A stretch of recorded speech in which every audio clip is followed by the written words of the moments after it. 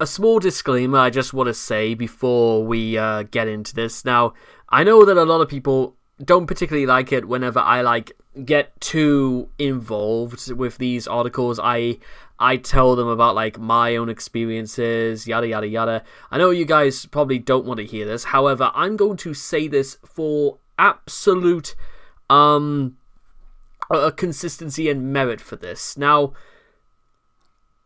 I have a 2.5-year-old border collie downstairs, and she's getting a little sister in a matter of weeks.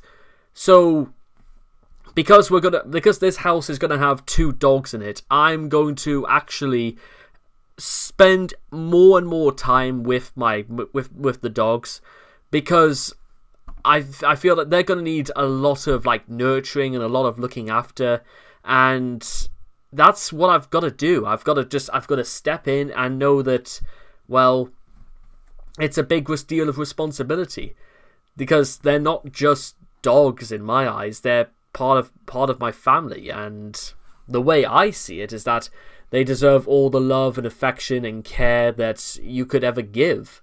And yes, they're dogs, but you know what? That's and I've had pet dogs, but I've had one of the oldest members of our family, who was sadly no longer with us. Our previous border collie called Rosie. She was with us for nearly 14 years, and she is still irreplaceable. She went through some. Actually, no, I'm not even going to go with that, because, well, I don't really want to get into personal things and that. But she went through a lot of mental problems for a dog, and she was terrified of things. She was probably the only dog I've ever known in my lifetime who was, I want to say, partially agoraphobic. But we're not here to talk about my dogs or anything like that. We're here to talk about 2 of Chris's dogs, Clover and Snoopy. Now, listen, the whole point about the disclaimer about the beginning is because this article is going to make anybody who's ever grown up with dogs and looks after dogs, and they've done this, lived with dogs for a considerable amount of time. If you love dogs, you're probably going to be very, very angry and upset by the end of this. So if I'm just gonna put that in there right now, because again, like I said, this is going to get very ugly very quickly. Clover is the Chandler's beagle. Snoopy, from March 2012 to the 15th of July in 2021, was her brother. The Chandlers bought them at a puppy mill in Fredericksburg on the 13th of May 2012. The idea of getting beagles was originally Barbara's idea, and Chris eventually acquiesced. The Quick community learned of their existence on the 1st of August 2012, when a link to an entry form Chris submitted to a local contest was posted on the Quickie forums. By the way, Chris didn't win the contest. According to one of... which I hope to God they didn't just get dogs just to win a well, I know that's ridiculous on the face of it, but there you are. According to one of Chris's Facebook posts, the dogs are siblings. Clover, Chris's dog, has a white mark on her snout, and Snoopy doesn't. Clover has a pink collar, and Snoopy had a green collar. Additionally, they each have an animal chew toy. Clover has a duck, and Snoopy had a skunk. Barbara claimed in the rental house tour audio that the dogs were part fox. I don't know what Barbara was smoking to come up with that, though this is incredibly unlikely / impossible. No authenticated hybrids between domestic dogs and foxes exist. Snoopy, who officially belonged to Barbara, was named after the dog from Peanuts, who was also a beagle. Even though Snoopy was her dog, Chris was listed as the person responsible for not getting proper checks and licenses from the dogs, according to legal records from 2016. I don't understand why Chris didn't do that, but he must have thought that this was just Barbara's thing to handle, or they both were just complete idiots who didn't know. But that's that has huge implications from the word go, but let's go for this. Also, Clover is named after the character from the show My Little Pony Tales. Fantastic. And speaking of fantastic, poor living conditions and neglect. It's awful. It's awfully inconvenient to take them outside and have to pick it up. I'd rather have it inside to pick it up. I'm 72 years old and I don't. Barbara on why the dogs relieve themselves inside the house. And again, why Chris doesn't just do this, I have no idea. Because again, this is the sort of thing you do. Because, by the way, ladies and gentlemen, I'm just going to... I would suggest you turn this part down because I'm going to just shout into the microphone for 1 second. When you look after dogs, you should be responsible enough to care. Okay, so I had to get that out of the system. That's just moving on. On the 6th of August 2013, Chris posted on Facebook a picture of dog urine on a newspaper. In December 2014, a statement released by Catherine, who manipulated Chris into having her into the Chandler's rental home, confirmed that the dogs are not house-trained. They'd been with them for 2 years at this point, and they're not house-trained. What the hell are you talking... I mean, I know fine well that doesn't surprise me anymore, but again, this isn't about Chris unable to look after himself. These are dogs, animals that he has to look after. They are his and Barbara's responsibility. Yes, you could... Well, we'll get into that a little bit later. They are also aggressive towards strangers and are severely overweight. This was especially apparent in a series of photos released in November 2015. The dogs were still relieving themselves on newspaper in April 2018, evidence when Chris filmed a paid request video which showed a newspaper with dog shit on it in the background. Just... the smell alone must have, like, how the hell could you live in that house? Like, it's full of junk. It's full of cat and dog shit. There's what evidence? Okay, so in the rental house tour video, Barbara can be heard attempting to justify her gross neglect of the dogs by complaining about how she's too old to take them out to relieve themselves, despite having only gotten the dogs 2 years prior. Well, again, this is why you shouldn't really have a dog if you can't look after them, let alone 2 dogs, and you shouldn't be buying dogs while you're with somebody who can't look after them either. This isn't rocket science. I would not go out and buy or adopt a dog and if I was unable to look after them.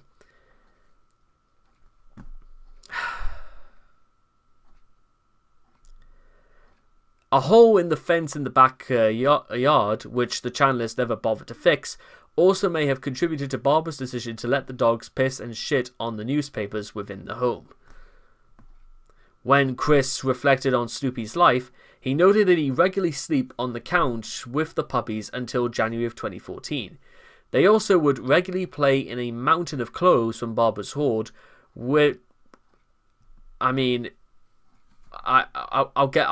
I'll slightly off topic for 1 minute, but oh god, this is like picture of Barbara, and you can see dog shit and urine just in the background. I mean, just. From Barbara's hoard, with which Snoopy fell and injured his left back leg, an injury which he would never fully recover from, making it difficult to traverse stairs. Chris also admitted that he and Barbara would have walked the dogs more often, using Snoopy's leg condition as an excuse as why they had not. You know what? Leg condition or otherwise, that's why you take them to a vet, which would implement the idea that Chris probably never took Clover to the vet, Snoopy to the vet whatsoever.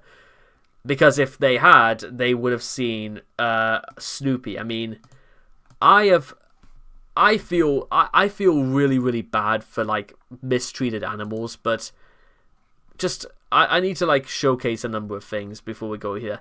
You see how slightly grey Snoopy's did they keep saying Snoopy? You see how grey Snoopy's muzzle is? That's a level of stress that no healthy dog should ever have. And also, whenever this was taken, like I think it was like 2018, December 2018. Clover, Snoopy looked as though his nails had not been cut for at least either a year or maybe even 2 years. Even the underside of Snoopy's coat looks like it's starting to even go grey. That you poor dog, Snoopy. When faced with a situation where he wanted to go on a date but Barbara was not home to watch the dogs, Chris proposed a solution. Oh, you guys are going to have a field day when you hear this.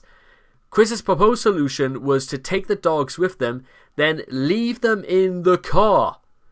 Though Barbara turned up last minute and was able to watch the dogs.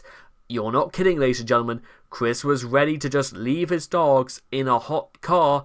Well, we don't exactly know at what point in the year this was. Maybe we could, like, for once actually use the references for this. So, let's, what day was this when this happened? Catherine, the bowling outing. So, wait, that's with Catherine. So, that's... when did this happen again? Let me see if I can track down a date.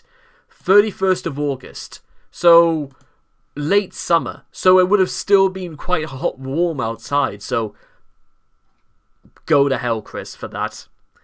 Catherine also stated that the dogs are so terribly taken care of that they can't even be left at home by themselves without destroying all the furniture. Chris also mentions to Catherine that he has fed the dogs chicken noodle soup. Social services, or again the Dogs Trust, or the Battersea Dogs Home, or any given animal charity would have a friggin' field day. Even PETA would actually stop relinquishing any protest about their complete inadequacy to handle situations revolving around animals and say, no, we think we have to actually do something practical about this. That is absolutely disgusting. Which can cause sodium ion poisoning if fed from canned soup with high sodium amounts. In the rental tour house video, Chris is heard cooing and babbling over the dogs. In August 2016, by the way, and also other things about this rental house tour, the dogs wail and scream as though they are like baying to be released, if you ask me. In August 2016, even though Barbara and Chris both look after the dogs, only Chris was slapped with 2 more misdemeanors on his record, as a result of the Chandlers failing to acquire proper licenses and rabies checks for the dogs, marking the first time the authorities had gotten involved because of the Chandlers' neglect of their animals. And again, you can see these 2 things here. In 2020, Clover and Snoopy were both heard barking loudly and getting overexcited when pizza deliveries, summoned by Weens, appeared at the door while Chris tried reading fanfiction in a livestream. Chris notably yelled, "Shut up," at them with a noticeable degree of venom in his voice. Yeah, for what they're worth, I think you guys probably want to hear it, because to be completely fair and honest, it's kind of disturbing, really. So let me see if I can find it.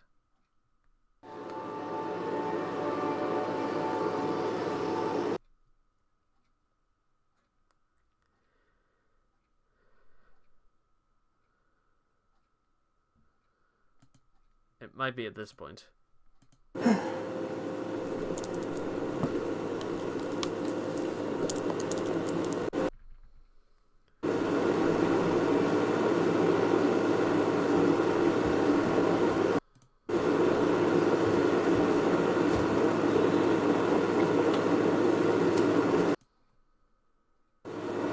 That did not make her feel any better. So, come on, let's be a great.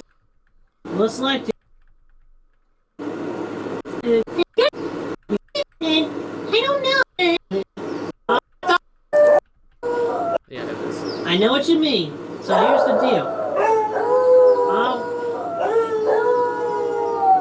And somewhere in the dark, I thought I heard the dog bark. Excuse me.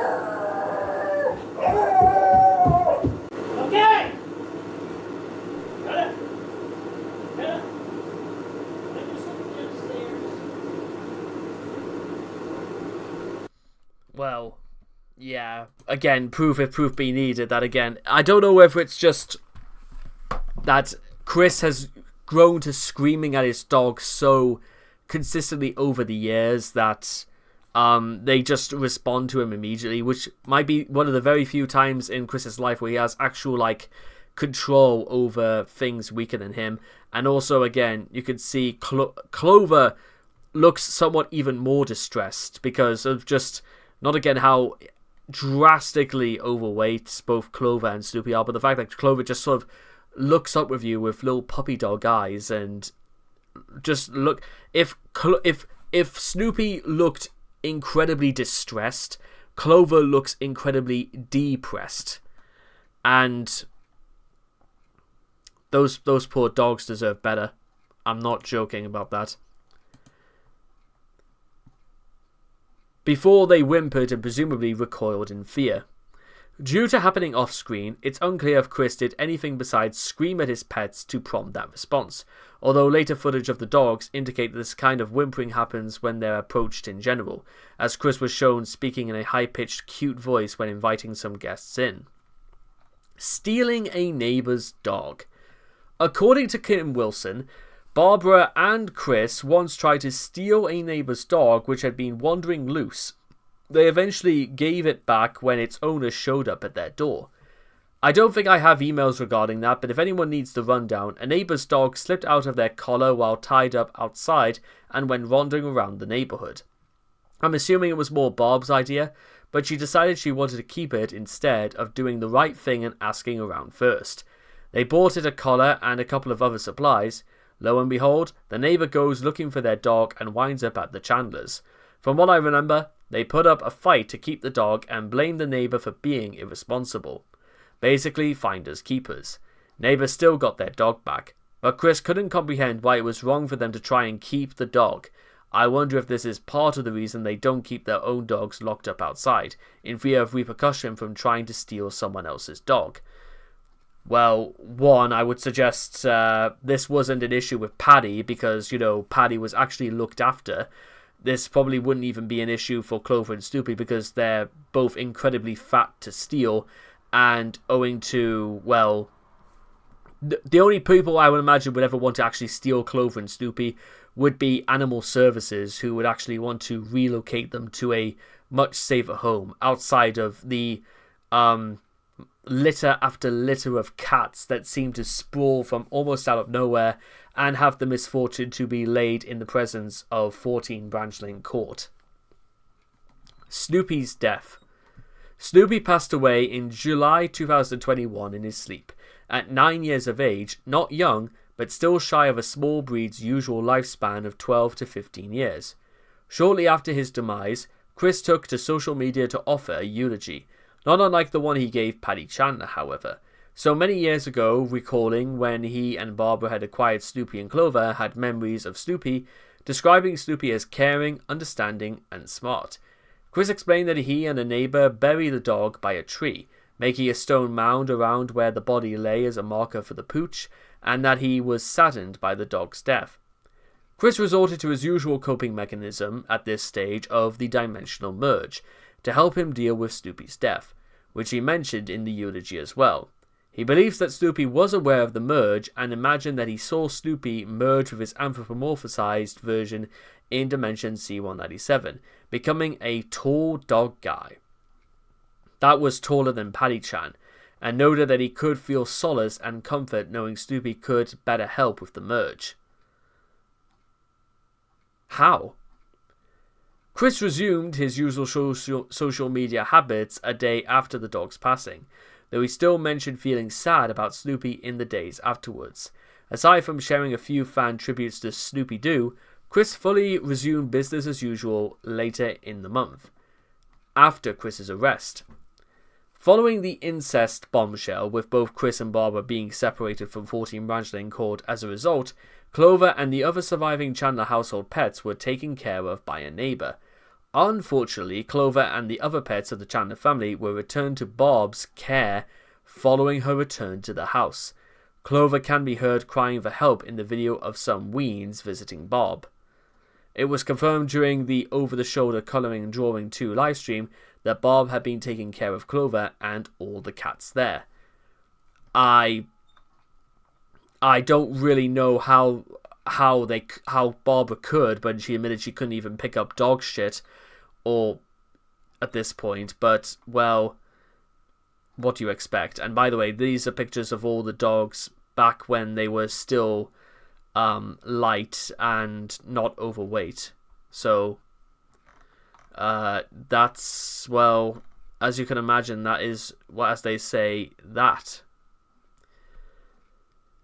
Well, that was like, admittedly, that was like a little bit hard to get through at times because, and excuse me if you've ever heard this one, but I fucking hate people who can't actually look after animals, but they buy them anyway because it just feels like a possession to them, if it wasn't for the fact that Clover and Snoopy were actually living, breathing animals, Chris probably might have looked at them as just being like everything else in his house, just designed to fill up space and collect dust. But with all that being said and done, first of all, rest in peace, Snoopy, by the way. And, well, I hope you guys have learned something from this about, well, if anything, and I cannot wait to talk to you guys again in the next video. Take care, and bye-bye for now.